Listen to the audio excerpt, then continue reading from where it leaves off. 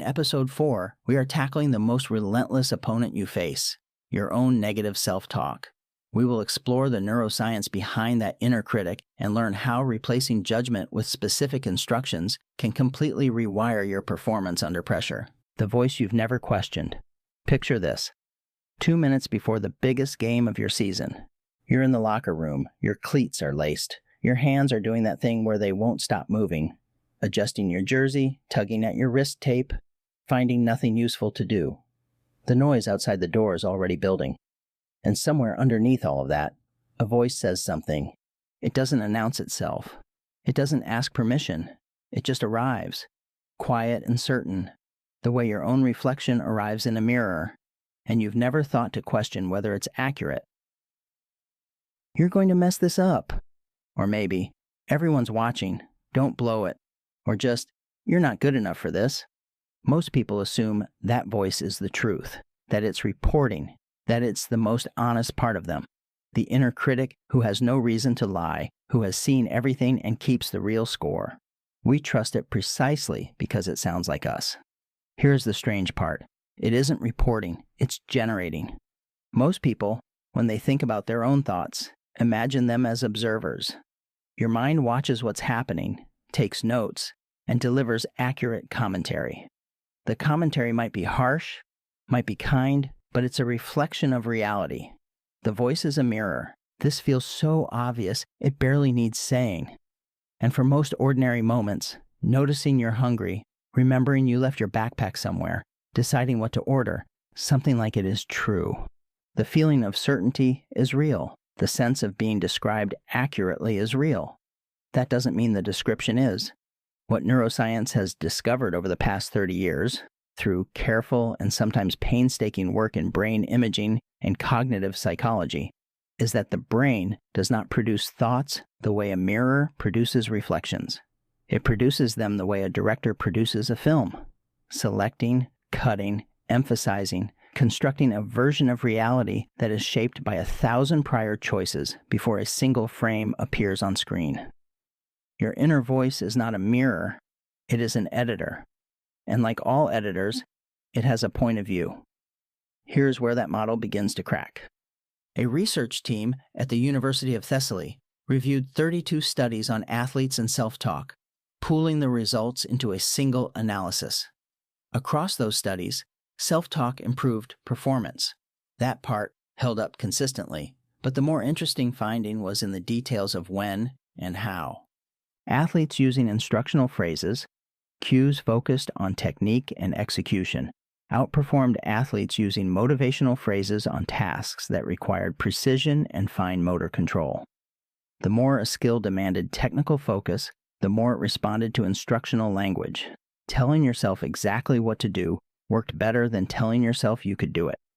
The instructional phrase worked because it didn't ask the brain to evaluate and conclude. It gave the brain something to execute. Under pressure, an executing brain is a functioning brain. An evaluating brain, at the wrong moment, is a freezing brain. Here is what is actually happening inside your skull. Your brain contains roughly 86 billion neurons, cells whose job is to fire electrical signals at each other across tiny gaps called synapses. When neurons fire together repeatedly, the connection between them strengthens. The gap gets easier to cross. The path becomes, over time, preferred. Neuroscientists call this synaptic plasticity. A simpler way to say it, the brain physically changes based on what it practices. This is not a metaphor. It is structural. The brain you use is the brain you get more of. Practice a movement, and the neural pathway for that movement grows stronger, faster, more automatic. Practice a thought pattern, even a self-defeating one, and the pathway for that thought becomes the road of least resistance. A negative thought, run often enough, doesn't stay a thought. It becomes the default. The synapse fires before you've decided to think anything at all. This is what the locker room voice is. Not truth, not insight, a well-worn path. A connection so practiced it fires automatically, before the logical parts of your brain even arrive at the scene, which means something important. It can be changed. Not by suppressing the thought. Research on thought suppression consistently shows that trying not to think something makes you think about it more, not by arguing with it. The thinking brain arguing with the automatic brain is roughly as effective as explaining to your knee that it shouldn't jerk when the doctor taps it. Change by building a different road. This is where the mechanism gets precise, and precise is what makes it real. Psychologists call the technique cognitive restructuring, a clinical term that means something practical. Catching the automatic thought, examining it, and deliberately replacing it with a different one. Not a false one, not a positive lie, a different kind of sentence. The distinction matters because this is where most people do it wrong. If the automatic voice says, "You're going to mess this up," and you counter with, "No, I won't. I'm great. Everything is fine," you have just started an argument with a reflex. The reflex wins. The logical counterstatement doesn't travel the same pathway. It doesn't arrive at the same speed, and the brain under pressure defaults to speed. What actually works is substitution, not argument. Replace the sentence entirely, not with a better evaluation, with a better instruction. When researchers at the University of Exeter gave athletes specific, action-oriented phrases to use during high-pressure trials, athletes who used instructional self-talk, drive, drive, drive, before a sprint, smooth before a technical shot, outperformed athletes who used motivational self-talk like, "You've got this," or "believe." Both groups outperformed athletes given no specific self-talk strategy.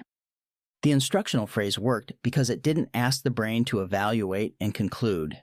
It gave the brain something to execute. Under pressure, an executing brain is a functioning brain. An evaluating brain, at the wrong moment, is a freezing brain. Synaptic plasticity means that repeating the new phrase, practicing it in low-stakes moments, in training before bed in the car, physically builds the pathway. The connection strengthens. The new road gets easier to travel, not instantly, over weeks. The same mechanism that built the critical voice, in the same increments, builds the coaching voice. You are not replacing a truth with a fiction. You are replacing one constructed narrative with a better constructed one. And the brain, which never cared whether the narrative was accurate, only whether it was accessible, will run whichever road is fastest. The click, when it comes, is quiet. You have been told your entire life that your inner voice is the honest one, that the harshest self-critic is the most realistic self-assessor, that doubt is wisdom, and confidence is delusion. Here is what the mechanism actually shows. The inner critic is not more honest. It is more practiced. It found an early path. Some moment you made a mistake, felt embarrassed, built a sentence about yourself, and it ran that path until the path became a highway. The highway is fast. Fast does not mean true. The second implication follows directly. If the voice was built, it can be rebuilt. Not in a single moment of inspiration, not through a decision made on a Friday and forgotten by Monday, but through the same incremental process that built the original. Repetition, consistency, time. The new sentence needs to be practiced before the pressure arrives, so that when the locker room voice fires automatic and fast, the new pathway is already there, already practiced, already fast enough to compete. The internal coach is not a personality trait, it is a trained skill. And training it is not a matter of optimism. It is a matter of neuroscience. 2 minutes before the biggest game of your season, you are in the locker room, your hands are moving, the noise outside is building, and the automatic voice arrives, the way it always does, quick, certain, before you have decided to listen.